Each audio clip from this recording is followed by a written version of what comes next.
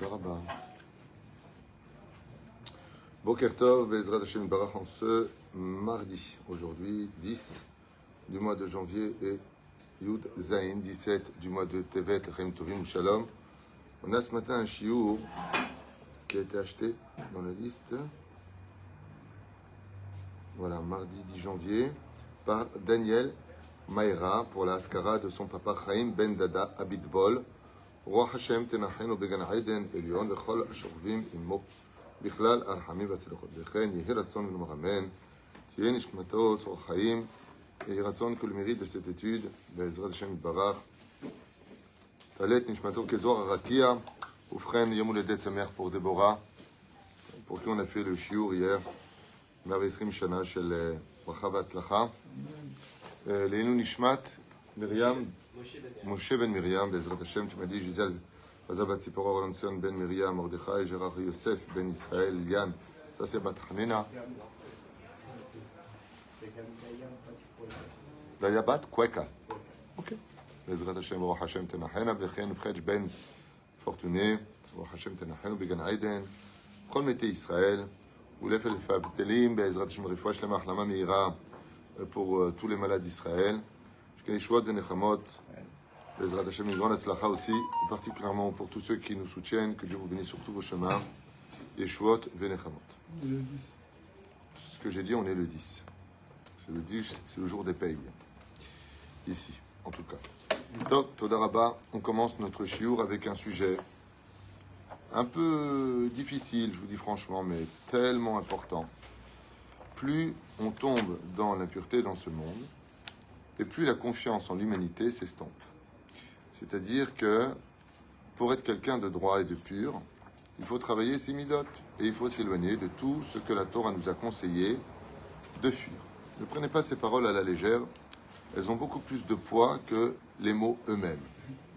Et c'est pour cela que, malheureusement, il y a plusieurs éléments, comme la moquerie, comme toutes ces mauvaises midotes que l'on peut rencontrer chez les uns et les autres, qui vont emmener l'homme à rompre la confiance qu'on a les uns pour les autres. Et cette mida-là s'appelle le sheker. On n'a pas du tout notion, je peux vous l'affirmer, à quel point le mensonge est grave dans le judaïsme. On ne se rend pas compte de cela. On ne se rend pas compte. À un tel point que Chazal nous dit que celui qui est menteur, Dieu le déteste. Akouchrou sonné chakranim. C'est marqué noir sur blanc dans la Gemara de Psachim. Je dis ça longtemps, je crois que c'est vers la fin de Psachim. Il y a 4 sortes d'individus que Dieu déteste sur terre. Velouen, un chakran, celui qui ment. Effectivement, vous verrez que dans la vie, on a tous un petit peu de qualité au niveau de la vérité et des mensonges. Ce qui est très paradoxal, c'est qu'on déteste les gens qui nous mentent, alors que nous-mêmes, on ment. C'est même curieux de transférer une vertu aussi dégoûtante que cela. Mais ce qu'il y a de dramatique, c'est qu'effectivement, on ne peut pas mener à bien une affaire avec des gens qui te mentent. On ne peut pas avoir confiance en une femme qui te ment ou un mari qui te ment. On ne peut pas éduquer nos enfants s'ils ne te donnent pas les bonnes données. C'est-à-dire que si tu veux aller à une direction, tu marques sur ton Waze la fausse adresse, toi tu es rempli de bonne volonté, tu vas suivre ton Waze. Le problème, c'est qu'il ne t'a pas amené à la bonne adresse. Ce qui fait que les mensonges entre nous nous emmènent qu'à des fausses adresses. Et qu'est-ce qui se passe quand on a beaucoup roulé pour arriver à une adresse qui n'est pas valable?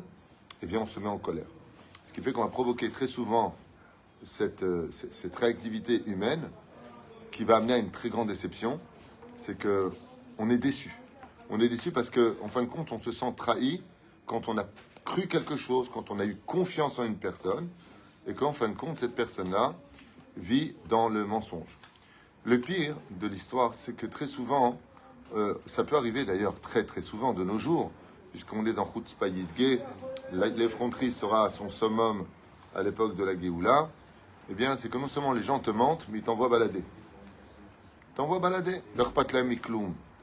Il n'y a plus d'empathie pour rien, chacun impose ses mensonges, et le pire, c'est qu'il y en a qui persistent dans leurs mensonges. Et il y a pire que ça encore.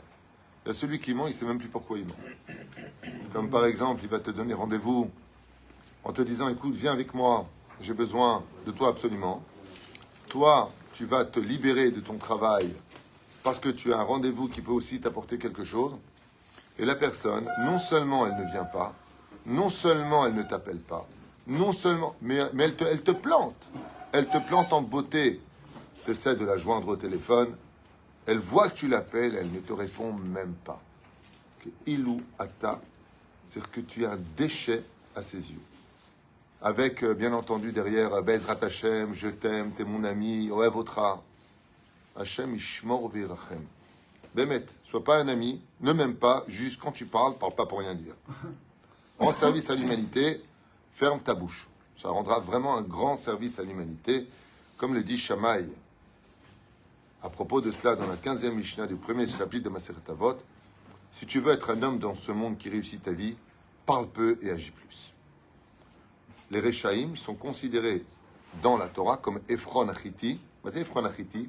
Ephron le fauteur. Il y a un clin d'œil Chiti qui vient des Chitéens. C'est une région qui se trouvait justement à Hébron. Ok, en français, à Hebron. Aval.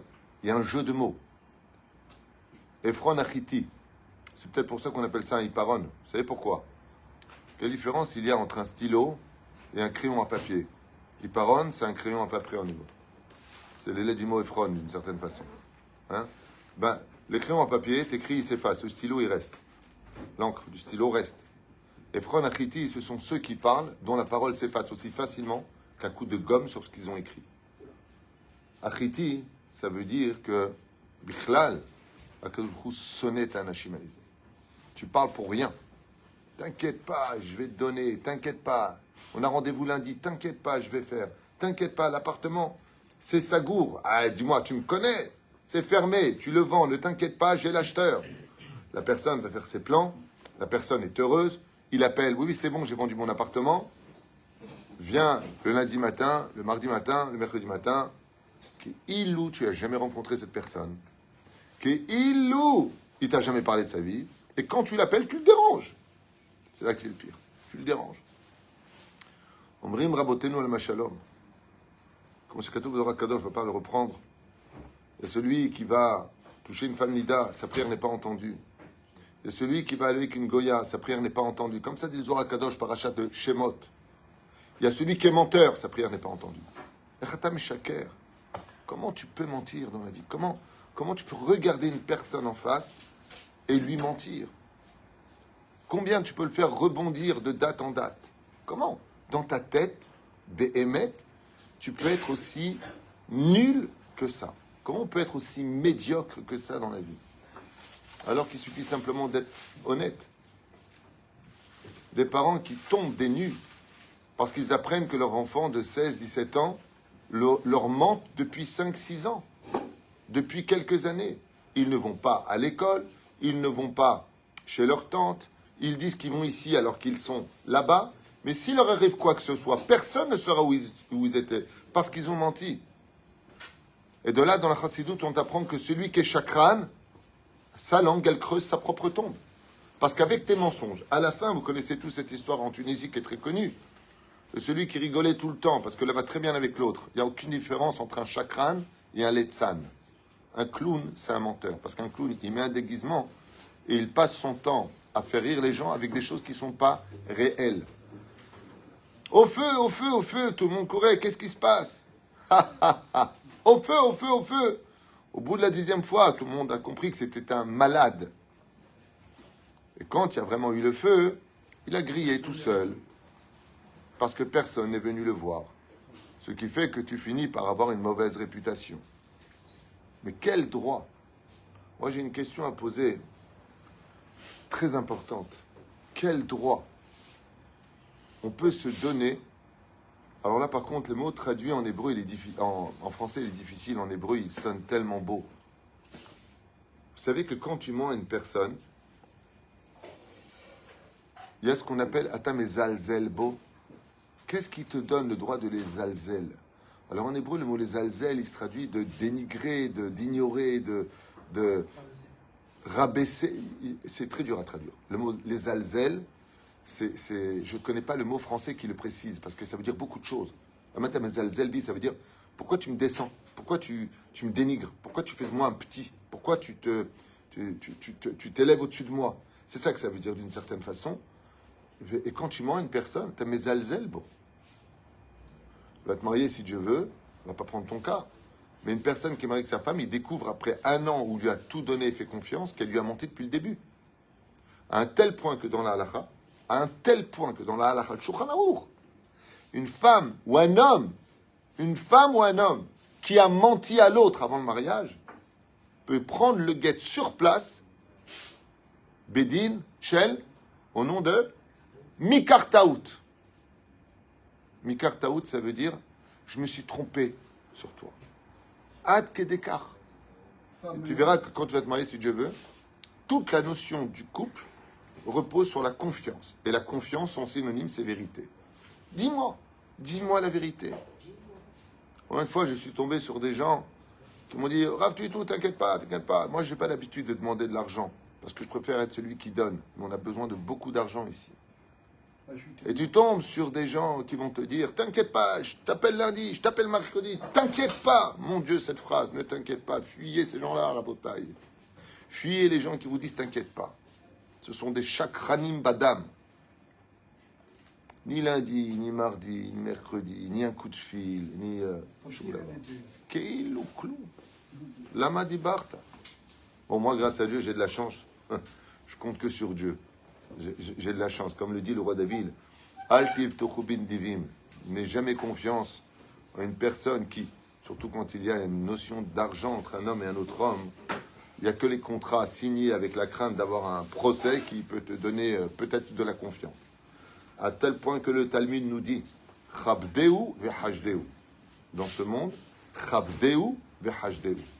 Mazé, respecte tout le monde, mais n'aie confiance en personne. Tu veux réussir ta vie sur terre, n'aie confiance en personne. En personne. Ça veut dire quelque chose qui est assez choquant. Aujourd'hui, dans les mariages ou les bar mitzvot, il se passe un événement qu'on ne connaissait pas avant. Comme le monde devient de plus en plus tamé pour dévoiler la Géoula, quand tu fais un mariage, on t'appelle peut-être 10 fois avant la date. Alors tu viens, c'est sûr, t'as pas d'empêchement, tout va bien, je te compte, tellement les gens ils tremblent de payer une place en plus qui va lui coûter 300 shekels et que le mec que tu as invité, qui est soi-disant ton pote, il a aucun problème de te planter, mais aucun problème de conscience. C'est-à-dire que toi et ta femme, ça fait 2 personnes de moins, ça va lui coûter donc 600 shekels parce que lui il va les payer et ça va se terminer avec ouais mais écoute, je me suis pris la tête avec ma femme avant de partir, j'avais plus envie de venir. Mais Baba, j'en ai rien à faire moi de tes histoires personnelles. Tu m'as dit tu viens, tu m'as confirmé que tu viens, je t'ai appelé la veille. Et il te plante. Et il te plante. Et après ça, le lendemain, Hachem, c'est Fataï Tiftar, ou Fiyagiti la Techa. Non. Ce que tu dois faire, je sais que le mot, là, je veux dire, il est très dur. C'est te brosser les dents, mais pas avec une brosse à dents. Tu vas là où il y a les toilettes, il y a la brosse à toilette là-bas, tu la prends et tu te brosses les dents avec. Parce que ta bouche, elle vaut pas plus que ça. Amar Tacha Taba. Mets tes problèmes de côté, Vétavo. La personne, elle t'attend.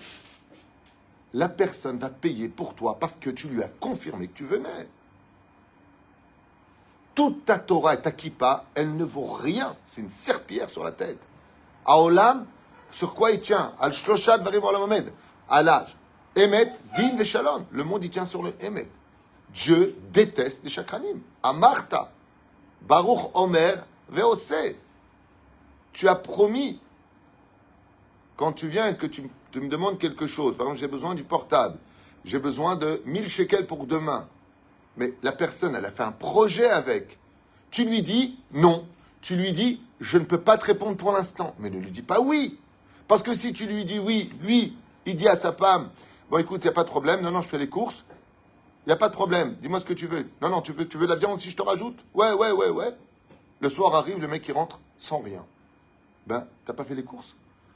Ben non, en fin de compte, il m'a dit qu'il pouvait pas, je me suis fait planter. D'accord, mais les enfants, qu'est-ce qu'ils ont fait dans l'histoire? Pourquoi tu fais ça? Pourquoi tu fais ça? Imagine, tu meurs, tu arrives devant Dieu, et te dit, tout va bien. Tu vas au Gan Eden, et on te descend au Gehinam. Tu sais comment tu pleures à ce moment-là? Et tu reviens vers Dieu et tu lui dis, maître du monde, comment toi, tu m'as fait une chose pareille? Tu m'as dit Gan Eden, tu es Dieu. Et tu dis, moi, je suis ton reflet, c'est ce que tu as fait à tout le monde toute ta vie durant. T'as promis le Gan Eden, t'as donné que du Greenham.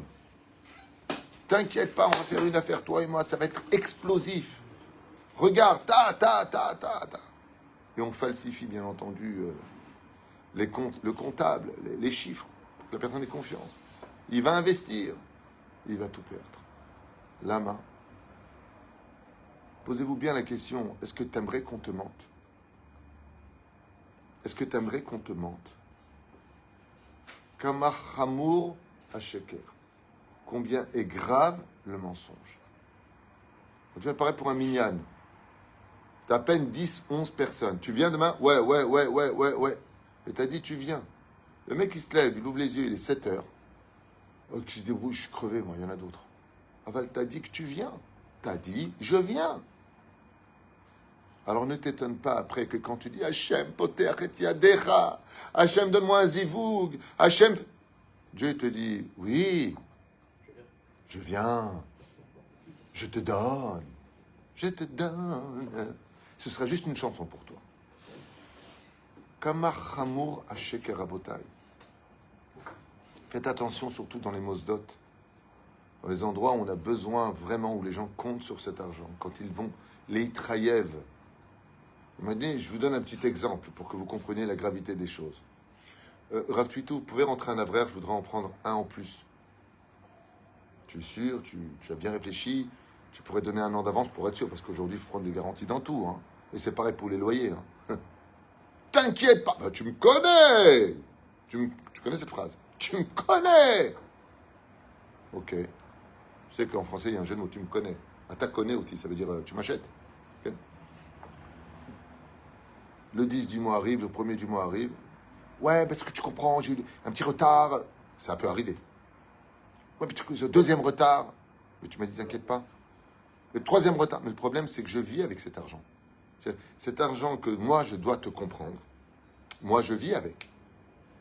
Donc, en me privant de cela, ouais, mais qu'est-ce que tu veux que je fasse? Ben rien, tu sors. C'est ça les Juifs. Tu me sors dehors. Les gens, ils sont fous. Mais tu le payes pas. Il a besoin de manger, lui. Mais qui vient me voir, il me dit, te rends compte entre nous, il me demande de sortir de l'appartement parce que ça fait 6 mois que je n'ai pas payé son loyer. Franchement, c'est ça entre nous, les Juifs. Je lui dis, tu sais que t'es un pur rachat débile mental. Tu sais que t'es un fou. T'es un fou. Je lui dis, toi, t'es un fou. C'est-à-dire que non seulement t'as tort, tu tiens pas ta parole, tu l'as fait traîner et il t'a laissé 6 mois. 6 mois de chesed. Les gens sont fous. Ça veut dire qu'on exige d'être compris sans comprendre l'autre, sans se mettre à la place de l'autre, sans vivre ce que fait l'autre. Et le pire, c'est que je lui dis, dis-moi une question. Tu as mis toutes tes économies dans un appartement. Tu prends une mashkenta, tu loues ton appartement, il ne paie pas. Il m'a dit, c'est pas possible. Comment je paye ma mashkenta? Je dis, c'est bizarre, dès que ça touche. Je dis, qu'est-ce que tu ferais, toi? Et d'un coup, il dit, je suis pressé. Qu'est-ce que tu ferais? Qu'est-ce que tu ferais s'il ne te paye pas ton loyer pour lequel tu dois payer toi-même ta mashkenta et au moins avoir 1000 shekels pour manger avec? Qu'est-ce que tu fais quand tu as mis toute ta vie dedans? Il m'a dit, ouais, mais d'accord, mais il faut me comprendre. Je lui ai dit, toi, est-ce que tu le comprendrais, le locataire? Lama, c'est que pas qui vous nasez. Le Hémet, il repose sur 2 pieds. Pour te dire qu'il tient pour toujours, mais pour te dire aussi que le Hémet, il est dans les 2 sens. Le sheker, il n'y a qu'un seul pied. C'est toujours le menteur qui doit être compris. Et celui qui a raison qui doit se taire. Les gens sont fous.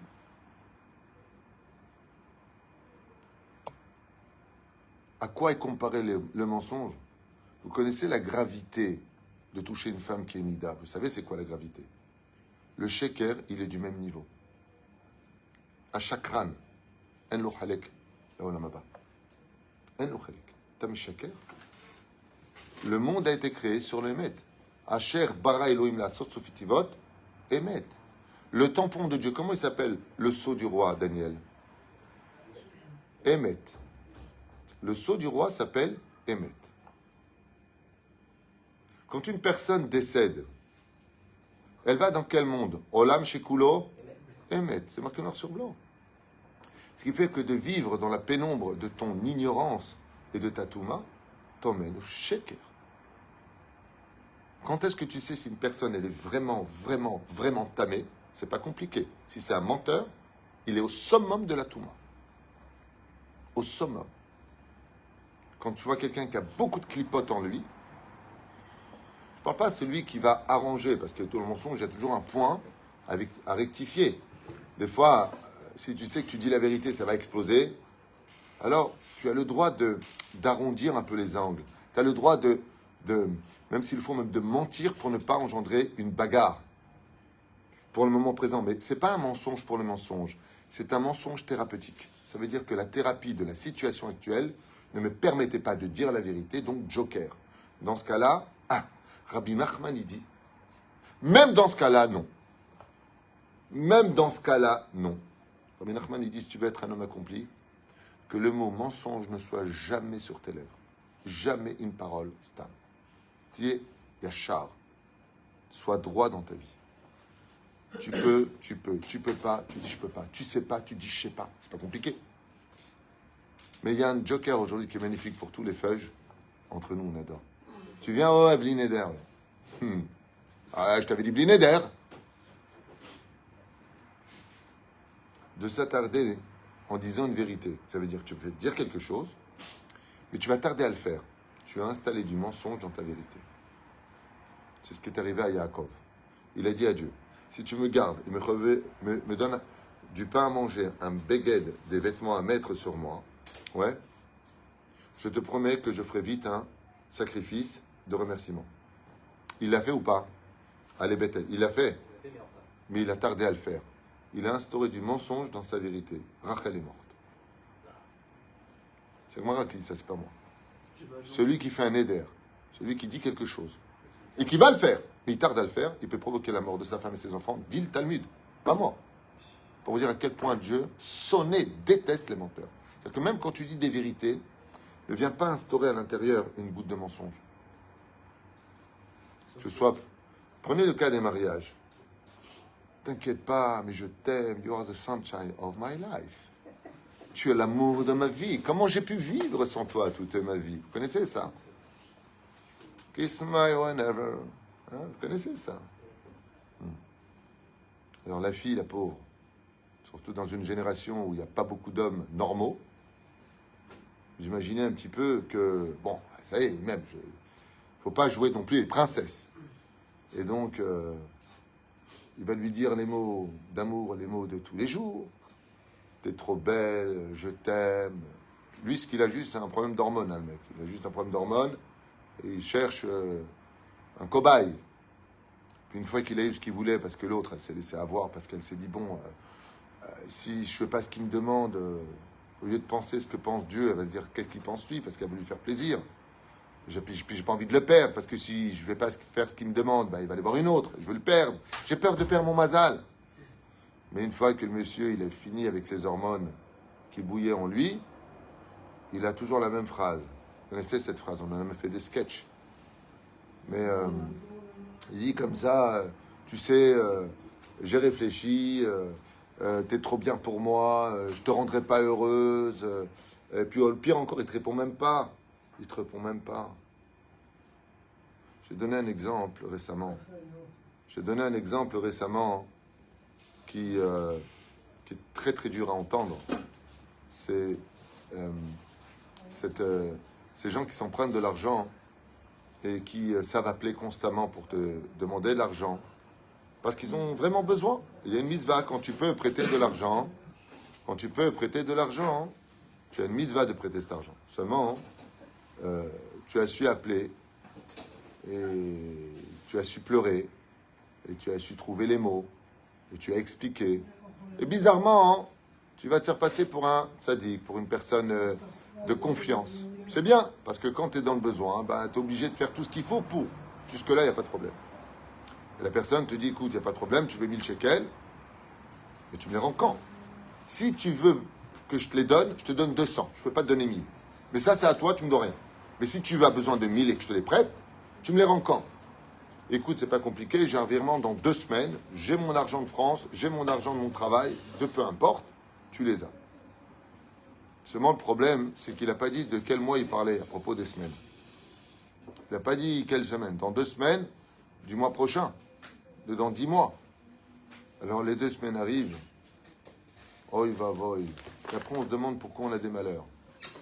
Qu'est-ce qu'on fait dans ce cas-là quand on doit rendre de l'argent qu'on s'est emprunté et qu'on n'a pas cet argent? On appelle. Écoute, j'ai eu un problème. Je sais que ce n'est pas ton problème. Je vais essayer de trouver une solution.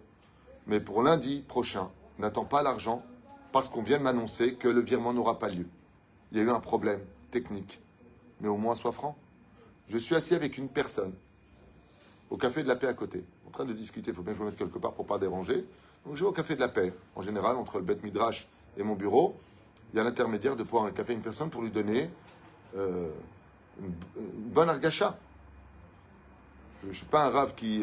attention, je suis au-dessus de tout le monde. Attention, quand tu me parles, on n'est pas chez les papes.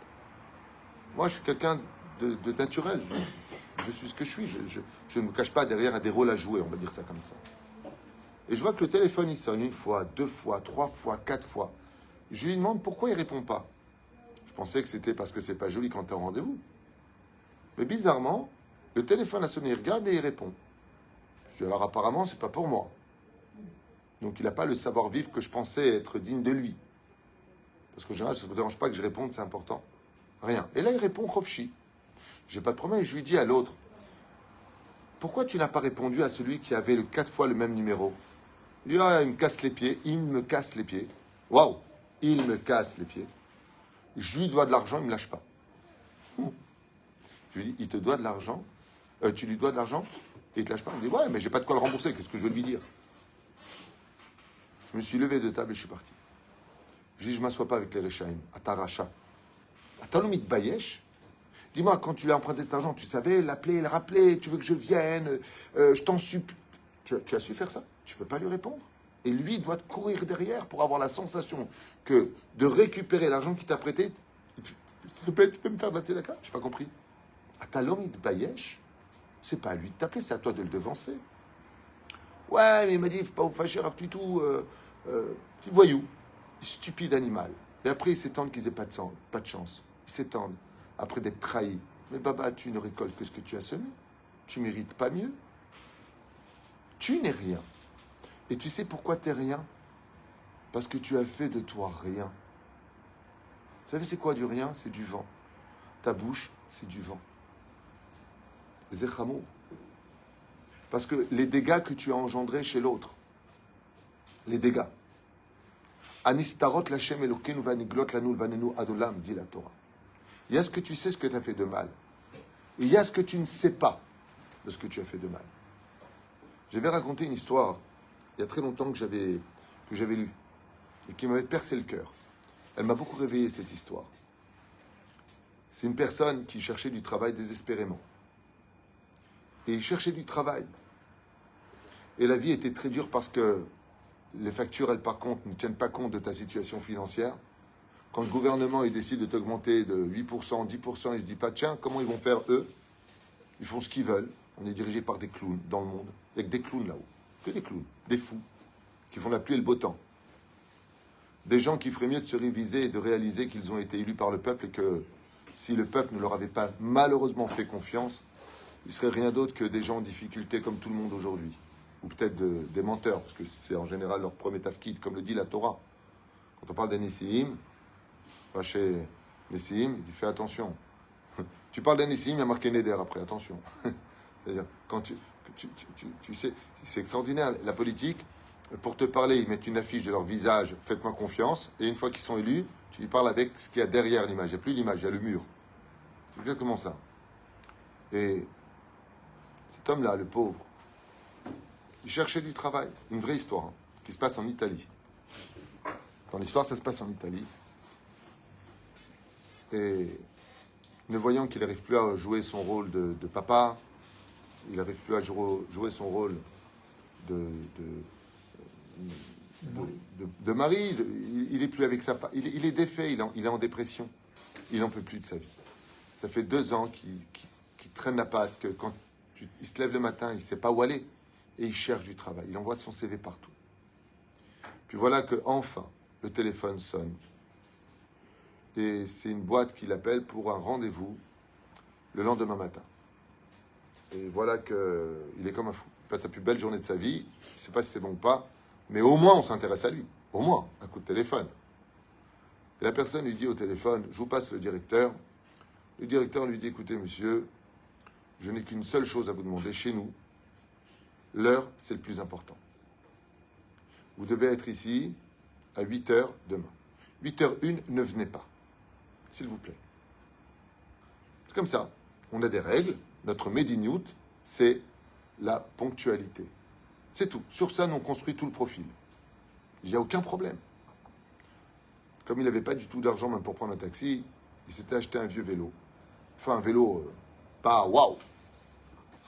Donc voilà. Il y a un problème. Le matin, quand il descend, il y a quelqu'un qui lui a volé son vélo. Juste cette nuit-là.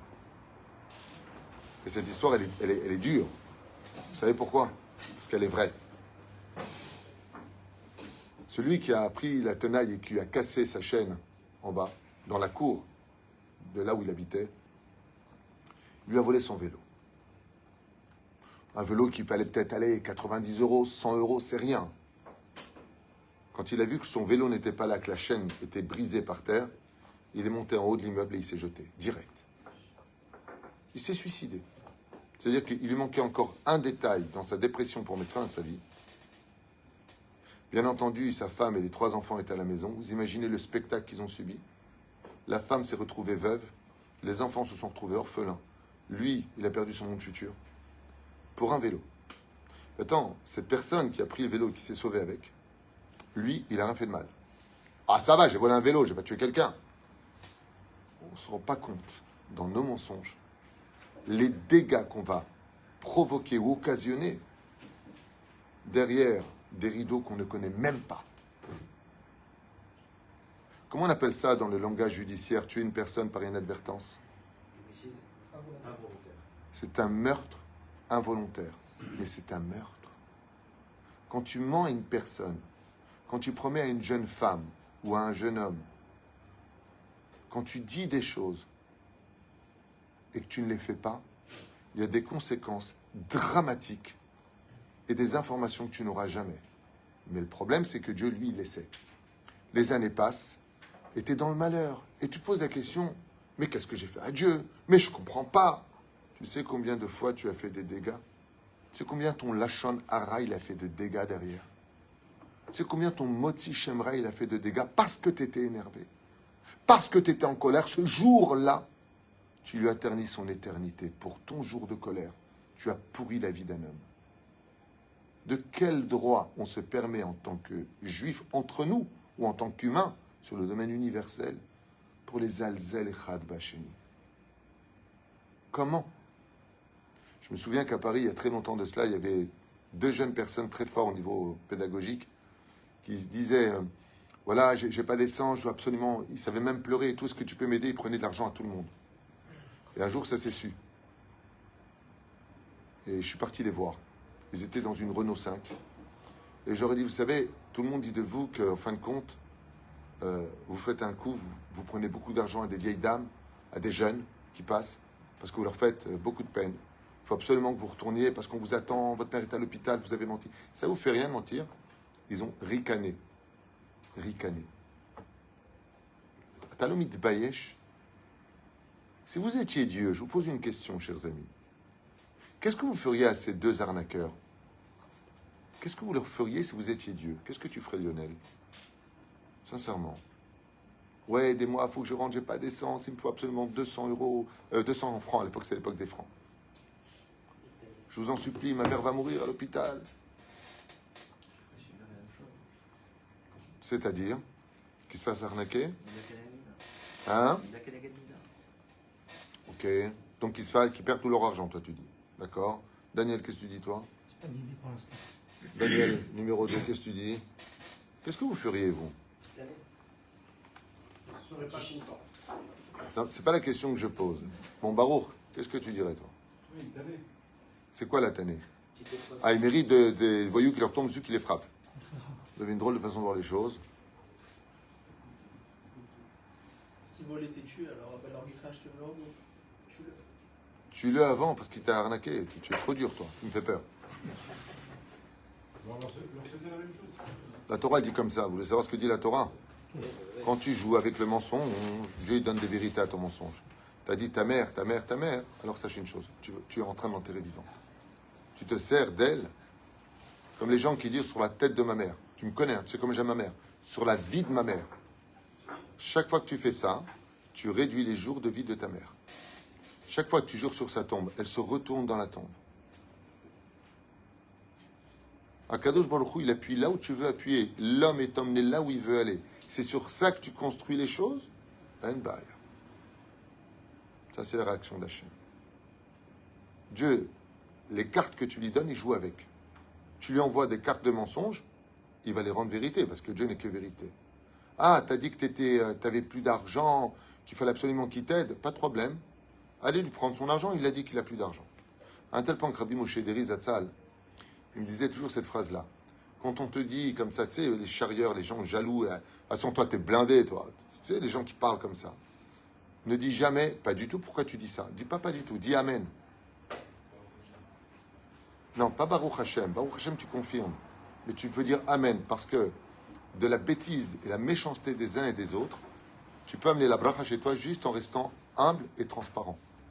Non, exactement. Ah, Yitzhak, ça va, toi, t'es blindé. Ce que tu dois répondre, disait Rabbi Moshe, c'est Amen. Et ça veut tout dire. Ça veut dire, je ne suis pas encore, contrairement à ce que tu penses.